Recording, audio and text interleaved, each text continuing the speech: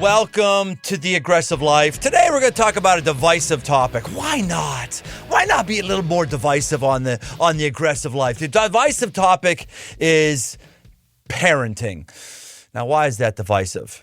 Well, for two reasons. One, don't feel like talking about kids because I don't have kids. The other reason it can be very difficult is because I've learned this from personal experience. Nobody wants unsolicited parenting advice. I mean, of all the things you want, there's number one, I don't want a venereal disease, and number two, I don't want unsolicited parenting advice. And yet, I've run across this woman's work who we're going to have here on The Aggressive Life today, Erica Komisar, and I've been very stimulated by it. It's been really, really good. If you've got kids at home, you know that you want all the help you can get, and she has found a lot of things to actually help you. She has a new book called Chicken Little, The Sky Isn't Falling, Raising Resilient Adolescents in the New Age of Anxiety. It's cultivated from over 30 years in private practice in New York City. She's a regular opinion contributor on the Wall Street Journal, which is where I first found out about her, and the Washington Post, and has appeared on nearly every major news outlet. She's used her expertise in depression, anxiety, compulsive disorders to help hundreds of families and raise 3 teenage young adult children herself. And she's going to help us all today. Welcome to The Aggressive Life, Erica Komisar. Thank you so much for having me. You're welcome. I did that thing at the beginning about anxiety and depression. People don't want to hear about that, but people are having it. Well, what is it, Erica, right now? Let's just hit the pause button on parenting. It seems to me that we're more depressed and anxious than ever. Is this just my spidey sense, or is there verifiable data out there to support that? Well, I mean, I think there is more depression and anxiety than ever before. You'd say the rise in anxiety and depression has everything to do with the fact that the world is a scarier place, a more worrisome place, but that really isn't the cause of it. You'd say our foundation is not good. So if you don't build a house with a good foundation, then when adversity comes, it's the old story of the 3 little pigs, right? The pig who built the house of brick. When the storm came, the house withstood the adversity, the storm. The problem is that we are sending our kids into adolescence and young adulthood and adulthood without a solid, securely emotional foundation. And that means that when adversity comes, we're more susceptible, we're more fragile. So what you're finding is a more fragile population. So the foundation isn't strong right now. Are you saying it was stronger? Like when? When was it stronger? And what happened to erode our foundation? Well, so the first book I wrote was called Being There, Why Prioritizing Motherhood in the First 3 Years Matters. And it could have easily been called The Neuroscience of Attachment. So we know that secure emotional attachment in the early years really sets the stage for stability going forward. And that's stability which accounts for a good amount of adversity. The more adversity we face, the greater the stability needs to be. I mean, there is a proportionate kind of need here, which is if we're going to have all of these extreme adversities that we're facing, global warming fears, if we're going to have intense competition and academic pressure on our kids, if we're going to have the pressure of social media, which, lengthens a period of development in adolescents' brains that isn't a good lengthening. And I can talk to you specifically about that. If we're going to have economic instability, which we have, and economic disparity, if we're going to have political instability, I mean, all of these things are overwhelming to adults who have had a good foundation. Now imagine what it's like for a neurologically fragile child. And we say there are 2 critical windows of development for children, 0 to 3 and 9 to 25, which is adolescence. Most people think adolescence is like 12 to 19, but it's actually, from a neurological perspective, 9 to 25. Those two critical windows of development mean the kids are more susceptible to stress in those periods. But it also means that you can have a great influence on them in these two critical windows of development to create that emotional stability and security. That means that they're more like a house of bricks when the adversity comes and the worries come than if they built a less secure foundation. You're saying the instability of our times coupled with parents not as emotionally engaged? Emotionally and physically disengaged. And that doesn't seem possible to me. It seems like every parent is bending over backwards and shuttling their kids to more events and spending more time with them and taking more personal days with kids than ever before. And you're saying that's not true? No, it's not true. It was a big rise. Again, these things aren't causative, they're correlative.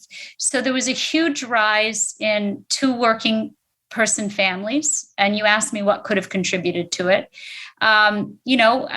In a way, that's good. That's good for women. That's good for families. They have more economic, sort of resources. It wasn't good for children. It was a terrible thing for children. Children were put into institutional care, daycare, which is institutional care. They were ripped from secure attachment at an earlier stage. I mean, kids are put into daycare in this country as early as 2 weeks. The idea is from 0 to 3, children need as much as possible to have physically and emotionally present secure attachment figures. That could be a mother. We know that can be a father. The good news is my second book talks about, well, if you miss that first window of development, you can still do something about it as a parent because the brain is reorganizing, it's pruning, it's kind of working out a lot of its kinks again, which means it's vulnerable to you and your influence. Between 9 to 25, you can repair a lot of what you didn't get to in the first 3 years. All right, so let me push on you a little bit. Not that I necessarily disagree with you. I want to make sure I'm getting out of you what you're saying, and I can just sense that there's people who are clued in who have got to highly disagree or else have high degrees of shame. It sounds like you're saying that you got to have a stay-at-home parent or you're screwed. No, you have to have as much as possible. And what I say is more is more. With some things, more isn't more.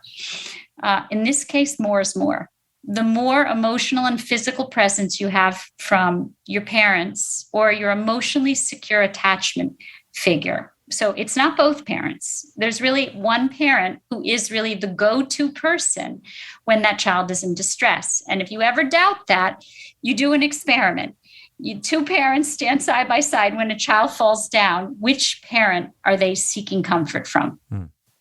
That's the emotional, securely attached connection, right? Interesting. So, and it's not both parents. So as much as parents want to go back and forth and say, oh, there's two, alternative attachment figures. And some people even in the attachment world will say that, but there's always a go-to person, their rock, if you will, who they go to when they're in distress. And by the way, both parents are important to the emotional stability of a child, but they're just different, meaning their function is different. They serve different functions to that child emotionally. But no, that's not true. You can work. You can have two parents who work, but you have to work your work around your child's needs, not around your needs. And that we stopped doing that in this culture. We started saying individual needs, adults matter, our needs matter. And we started putting children's needs on the back burner. And we started treating children like objects, saying, anybody can take care of a baby. I mean, I can't tell you how many times I go to a cocktail party or people stop me and say, but does it really matter? I mean, nothing's happening in an infant. There's just nothing. They're just blobs. And who cares who takes care as long as somebody's taking care of them. Absolutely matters who's taking care.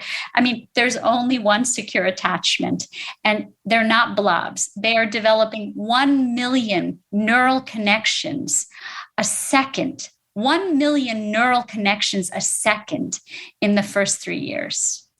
I guess you're hanging out with different parents that I'm seeing, or you're looking at dad, or I'm looking at people I look at, their whole world revolves around their kid. Like their whole world. They don't have guys' night out. They never take vacations just with their spouse. They're carting them everywhere. They've got the bags under their eyes to prove it. I don't see parents, at least in my neck of the woods, treat them like blobs. I'm not disagreeing with you. I'm just going, man, I feel like I say too often to parents, you do have to take care of yourself, because I see everybody putting life on hold for their kids, which you should actually, But that's not the societal trend. So what I say to parents is you can be physically present and be emotionally misattuned, meaning not present emotionally. So you can be physically there and be unable to reflect your child's emotion and cope with their distress. So one thing I can say is parents can be there physically and not be there emotionally. They cannot be there emotionally if they're not there physically. We know that.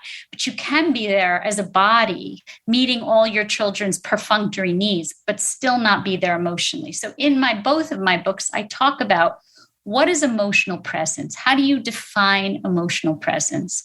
And that is the ability to meet your children where they are emotionally, not impose your emotions on them, be able to hear their distress, be able to handle their distress. Many parents can't handle their children's pain, so they dismiss it, they ignore it, they silence it, they cheer them up, they try to... Right? So the idea is we don't cheer up children. We don't want to fix emotions. We want to hear their emotions. We want to meet them where they are emotionally and do what we call mirroring. So there are these wonderful things called mirror neurons, which we're born with, babies are born with, which is the ability to look at a mother's face. And if the mother is smiling, to smile back. If the mother's sad, the baby gets sad, like in a mirror, like looking at yourself in a mirror. The baby learns. I find myself doing that with you right now. Yes. I'll look at you on Zoom. You smile, I smile. That's right. That's a mirror. So now a baby learns that if the mother is an attuned mother, if the father also is an emotionally attuned parent, then the baby learns that if they're sad, that the mother's face will get sad. Like you just said, I was smiling, you were smiling. If I looked sad and I was telling you something sad, then you would get sad. So that connection between a parent and a baby is the foundation that I'm talking about. It's what we call emotionally secure sort of foundation. But in addition to that, mirroring. Children need to emotionally refuel throughout their childhood. It's not just 0 to 3, and it's not just 9 to 25. It is throughout. Think of an electric car with a very small battery. That's how I would put it. If you had an electric car with a very small battery, you'd have to find a charging station pretty darn quick. The younger the child, the smaller the battery. And so that means they need to go and recharge. They need to get a hug. They need to look at their mother's eyes or their father's eyes. They need to be reassured. They need to feel safe and secure. Then they can go out into the world and explore again. 0 to 3, their batteries are very small, back and forth all day long. Right? When they're in distress, getting a snuggle, and then they go out and they can feel resilient again. That is the foundation of resilience, right? In adolescence, the batteries get small again. So it gets bigger in like 5 to 8. There's suddenly this kind of blossoming of what seems like a little more experimentation, the ability to explore the world, longer periods of time, they're in school. Then at 9, and they need you again in a very similar way to 0 to 3. So is there anything else happening before we leave this topic? Anything else happening in the depression, anxiety epidemic that you want to speak to in the midst of your work? Yes. I mean, so many environmental things that we've imposed on children in a harsher way than ever before. So there's a lot of, the new book is all about the brain development in adolescence. There is a lot going on in their right or social emotional brain in adolescence. And that means that they're more vulnerable to certain things than they were maybe from 5 to 8 or 9. And some of those things are criticism. They're very, very, very susceptible to criticism because the part of the brain called the amygdala tiny little almond-shaped part of the brain, the oldest part of the right brain, social emotional brain, is in a very hypervigilant mode. That means it's very highly active. It's called the threat sensing part of the brain. So when a teenager senses threat of any kind, it is amplified in their brain in a way that it is not amplified as much in an adult brain. So what we've done is we've created a world in which everything is over the top. Academic pressure is over the top. Social media is over the top on all the time. Job insecurity, over the top. We're telling our college kids when they get out of school, when I got out of school, I got a secretarial job, as everybody did. We all called ourselves assistants. Basically, we were secretaries, but there were jobs for us. These kids don't have jobs when they come out of college. They're doing internships for free, or they're depressed because they're not able to go to the next step in terms of economic independence. So everything is over the top. They have too many choices. In my generation, we didn't have nearly as many choices of as many colleges or as many job or career possibilities. Everything is over the top now. And what that does is it makes the world an untenable place for them to live. So the overstimulation of our world, coupled with a battery that hasn't been charged there you go. due to non-empathic connections with your parents, is a Molotov cocktail. Yeah.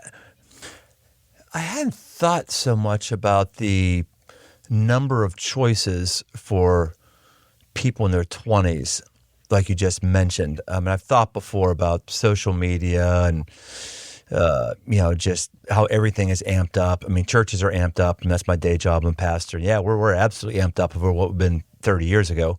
God bless America. It's awesome. I like it that way. But I've thought about before, like my son, when he graduated college, there were all these people who had all these crazy things they were doing that for me, my generation, we never, ever considered that.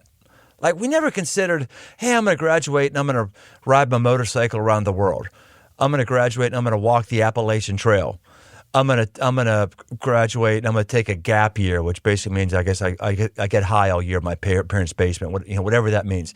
There wasn't options. It was like, I graduate, I find a job, I can start going life. And part of me is jealous of today's 20-somethings who has these ideas that none of us had. Part of me is like, I'm jealous. I wish I would have thought of that. But then part of me is like, no, man, I'm glad I got on with my life. And now I'm hearing you say, it's probably good I didn't have that, because those choices would have stressed me out, or I would have been stressed out seeing other people take advantage of choices that I couldn't do. That's exactly right. An example of too many choices is career choices. I mean, in my day, you had a set number of careers or graduate school. And now the world is so complicated and so specialized. And there are so many choices that kids come to me literally in college age kids, and say, I'm so overwhelmed. I have no idea who I am or what I want to do. Right. That's the whole passion cult. I have to follow my passion. I've got to do something that is going to change the world. I've got to actualize myself. And now you might be able to do that when you're really great at something and you're 45, start to go into that area. But no, what's wrong with the good old fashioned, I'm going to pay the bills and enjoy my life? Well, that's right. And, Elizabeth Gilbert, the writer Elizabeth Gilbert, I remember she was on a podcast, or it was an interview, and she talked about how she got into a little bit of trouble because she had talked about everybody needs to find their passion in one of her interviews or one of her books. And she had to retract it and say, not everybody has a passion. Some people don't have a passion. Some people find contentment, but they don't find passion.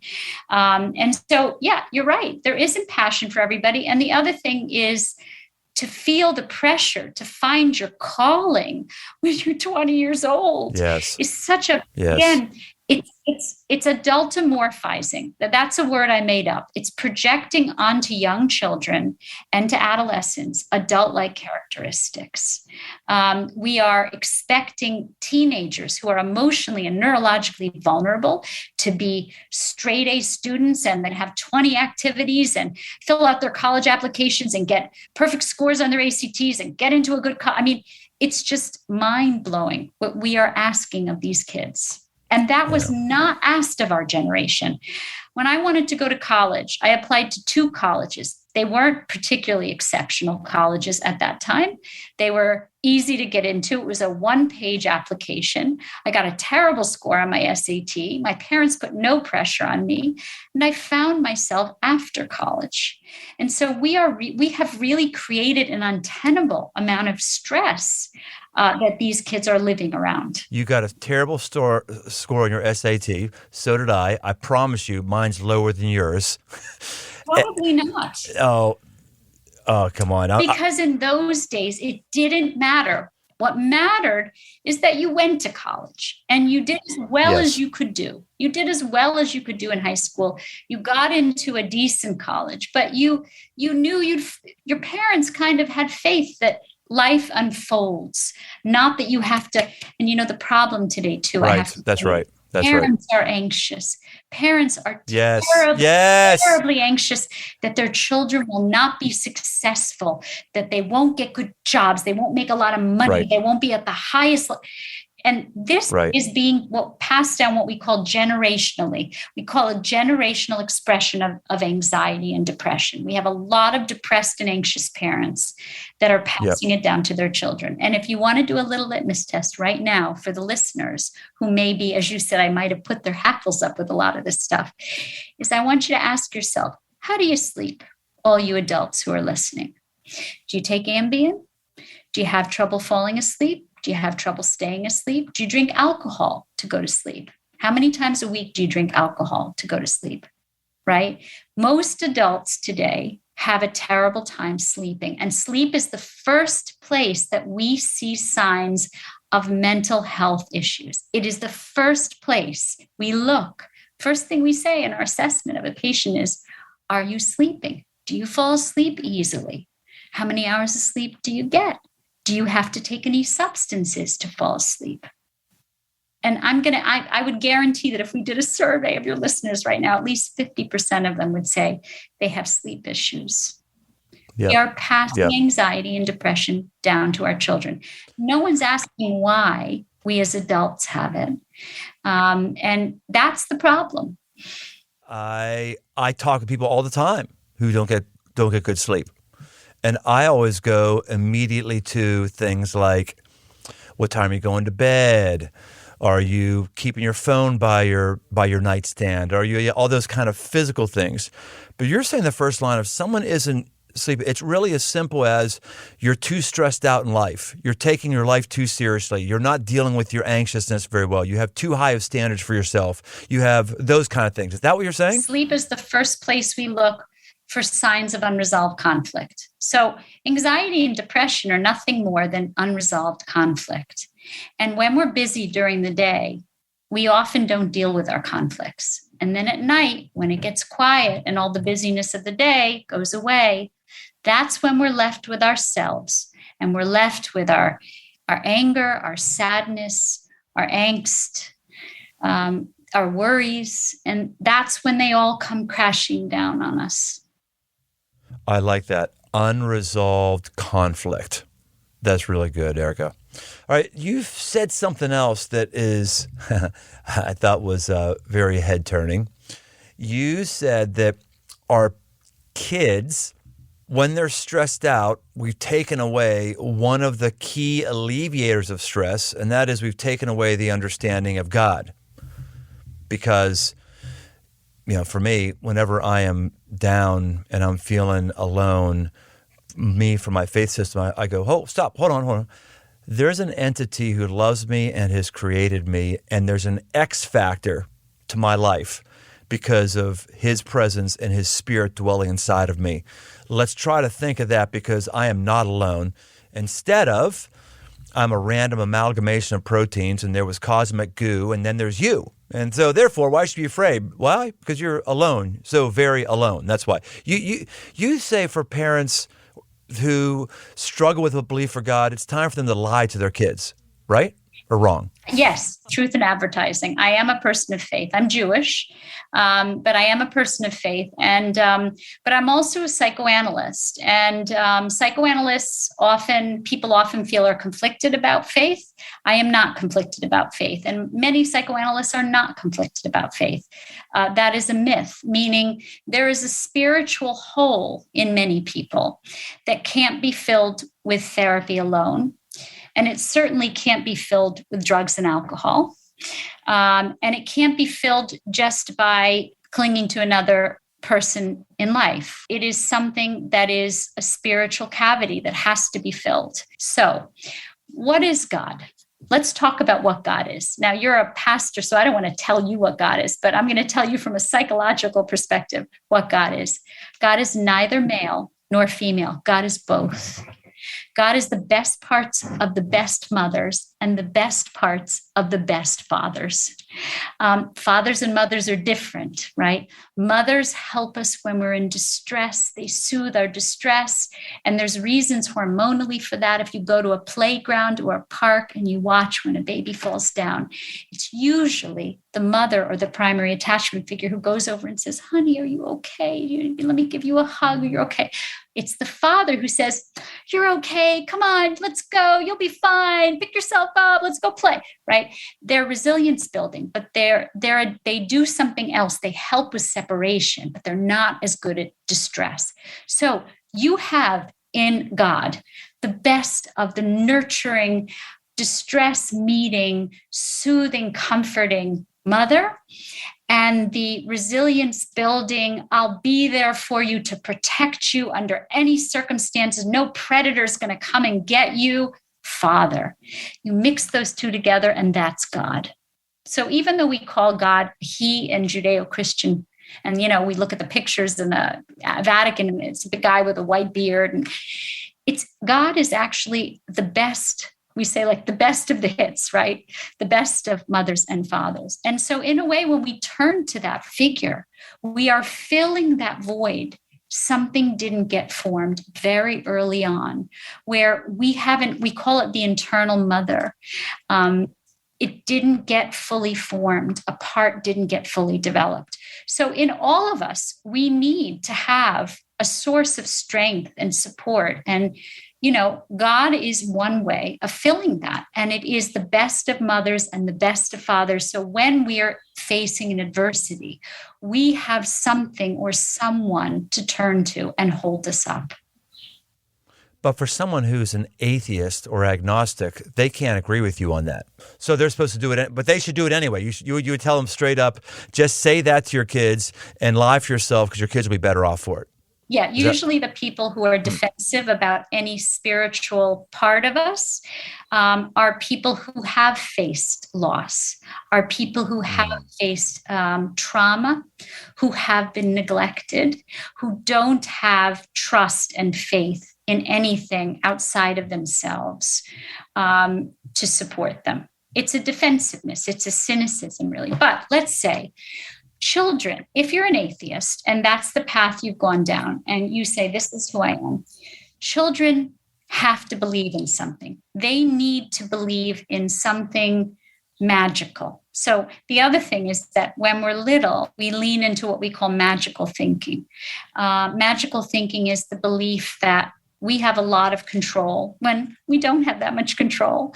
Magical thinking is the belief that there is a protective guiding force around us that will take care of us. And children need to believe in magic, and they do believe in magic. And so God is kind of magical. Can't see him, we can't touch him, he's or her. It's an invisible entity. And so it's not tangible, we can't touch it.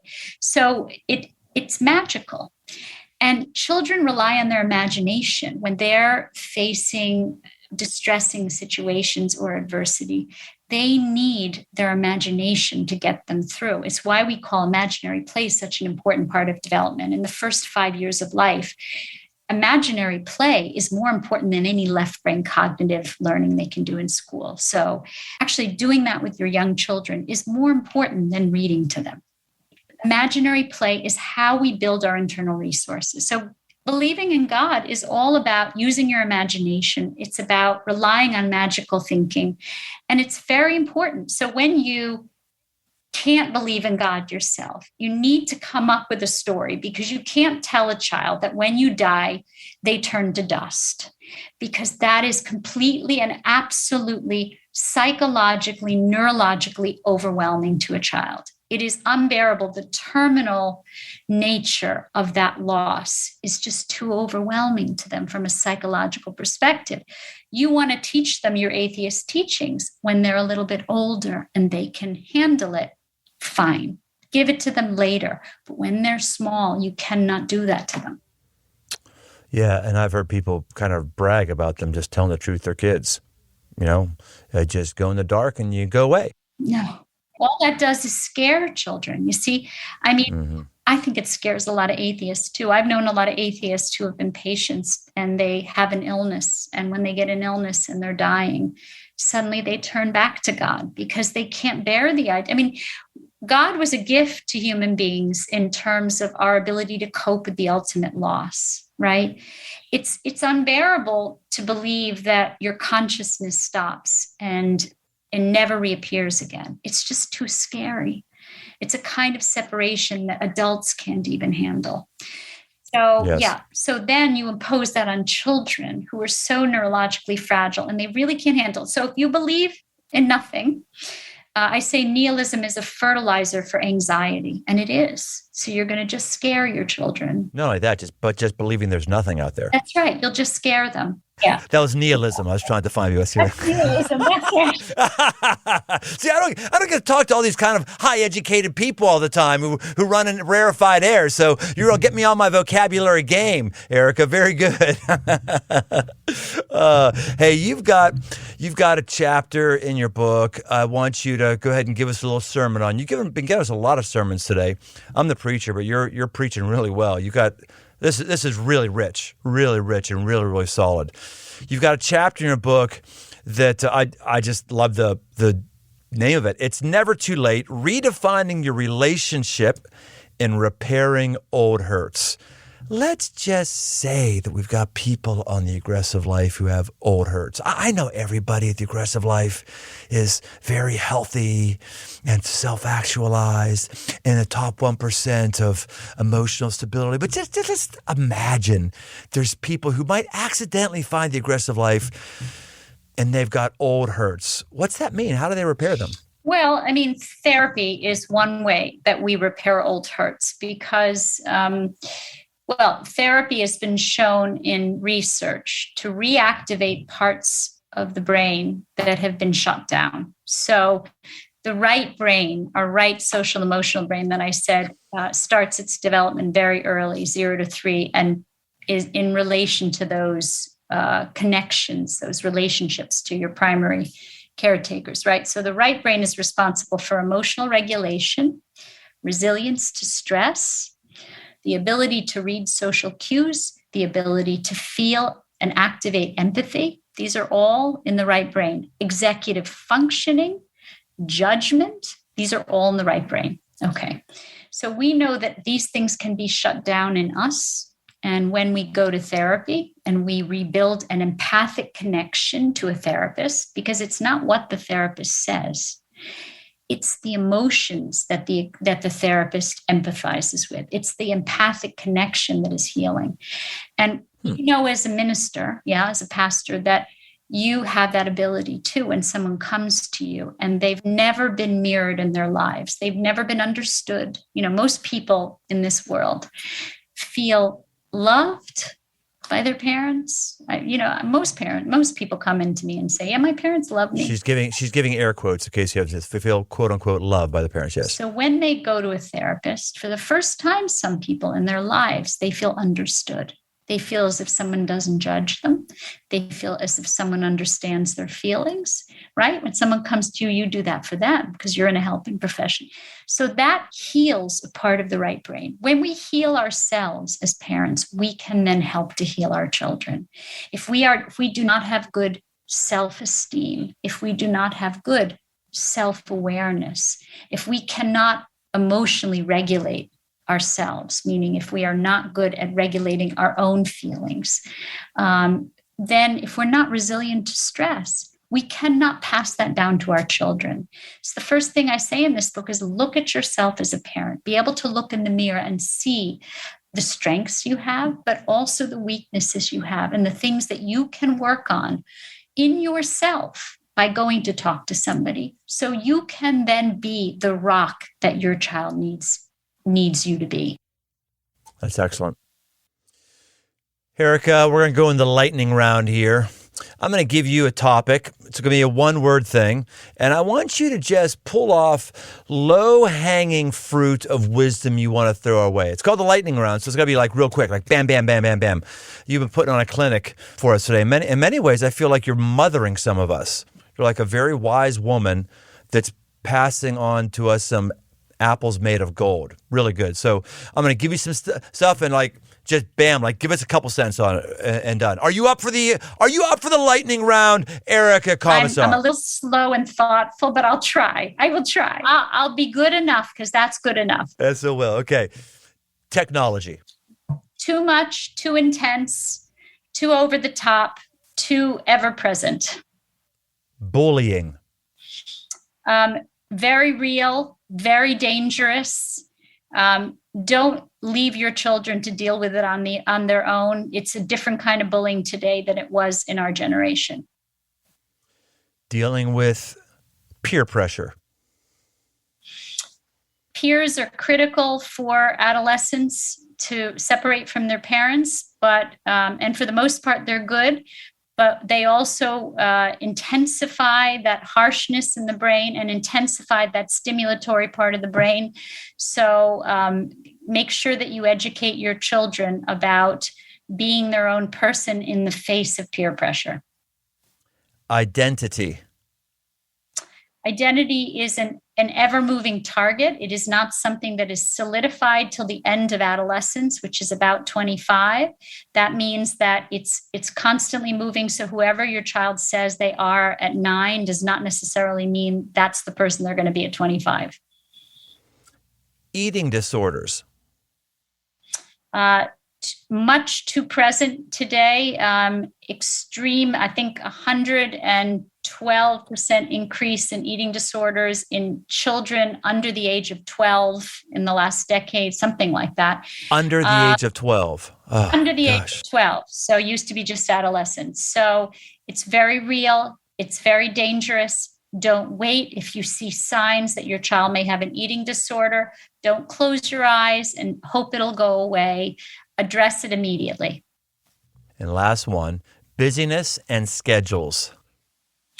Well, we use busyness to avoid conflict, to avoid internal conflicts, and we're a distractible modern culture that is really, you'd say our brain is always on over hypervigilance, is very stressed, and as a result, we don't know how to be physically and emotionally present with the people we love. Erica, this has been really rich. Is there anything you want to talk about that we haven't talked about?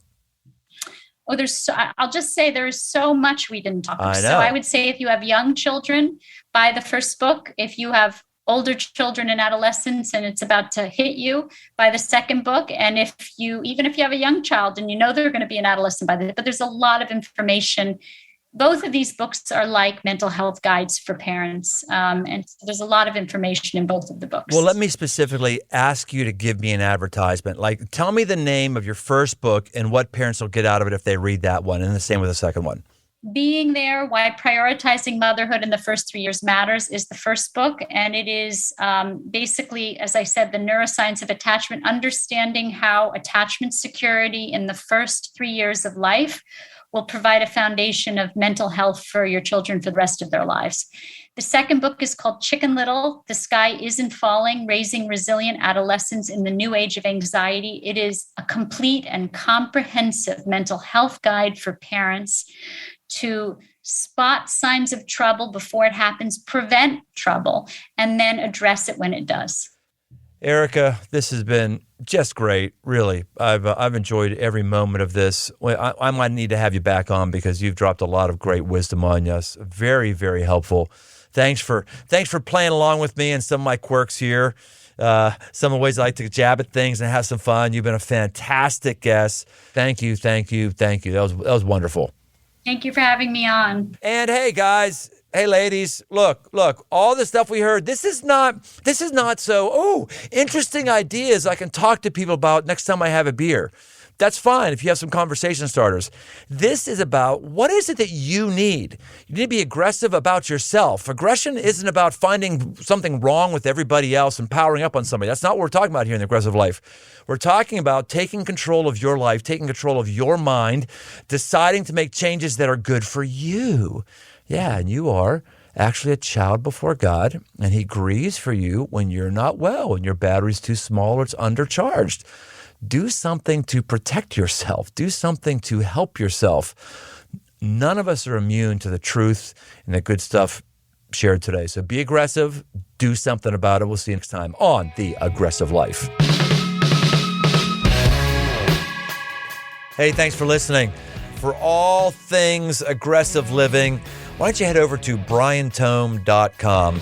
Find my new book, Move, a guide to get up and go forward, as well as articles and much, much more. And no matter where you listen to podcasts, why don't you take a second and leave us a rating, leave us a review. It really, really helps us drive new listeners to the show. We want to help as many people as possible, just like we may have helped you. We want to help others. So why don't you help us out? And if you want to connect, find me on Instagram at Brian Tome. The Aggressive Life with Brian Tome is a production of Crossroads Church, Cincinnati, Ohio.